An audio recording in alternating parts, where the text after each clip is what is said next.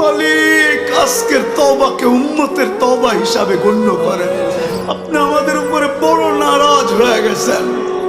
নাইলে অতীত তাকাইলে দেখি মালিক একজন হাত তুলতে দেরি, একজন চিৎকার দিতে দেরি, একজন আপনাকে অনুরোধ করতে দেরি, একজন বলতে দেরি, আকাশ থেকে সাহায্য আসতে দেরি হয় নাই, আপনার বাহিনী জাপায়া পড়তে দেরি করে নাই।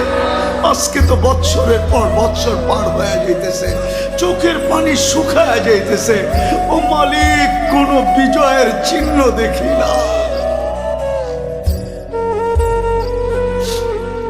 কত রোজাও তো ফিলিস্তিনওয়ালাদের ইফতার হয়তো লাশ দিয়া, সেহরি হয়তো লাশ দিয়া। আল্লাহ এই রোজাও কি এরকমই হবে জানি না মালিক। এত নারাজ হয়ে গেলেন কেন মালিক? এত নারাজ হয়ে গেলেন কেন? বেশক আমরা শাস্তির যোগ্য, অস্বীকার করি না, কিন্তু আপনি শাস্তি দেন না।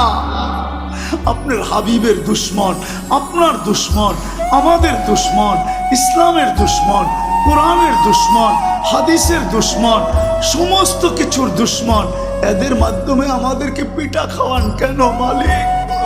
কেন মার খাওয়ান? কেন ওদের হাতে আমাদেরকে বেইজ্জত করেন? কেন আমাদের মা বোনদেরকে বেইজ্জত করান? কেন দুধের শিশুর রক্ত চড়ে ওদের হাত দিয়া? আপনি কি আমাদেরকে ছেড়েই দিলেন? আমরা যাবো তো যাবো কোথায়? আমরা তো এই কথায় বিশ্বাসী, লা মালজা ওয়ালা মানজা, লা মালজা ওয়ালা মানজা মিনকা ইল্লা ইলাইক। ডাইনে দেখি তো আপনাকে দেখি, বামে দেখি তো আপনাকে দেখি, সামনে দেখি তো আপনাকে দেখি, পিছে দেখি তো আপনাকে দেখি, উপরে দেখি তো আপনাকে দেখি, নিচে দেখি তো আপনাকে দেখি, নিচের দিকে তাকাই তো আপনাকে দেখি, ভিতরে তাকাই তো আপনাকে দেখি, বাহিরে তাকাই তো আপনাকে দেখি। আপনাকে ছাড়া তো কাউকে আমরা চিনি না মালিক।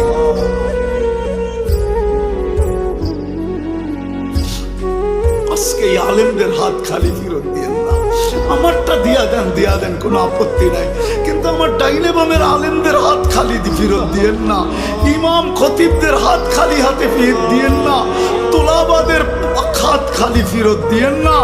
তোলাবারা বসে আছে সামনে মালিক, যাদের পায়ের নিচে ফেরেশতারা পনের গালিচা বিছায়।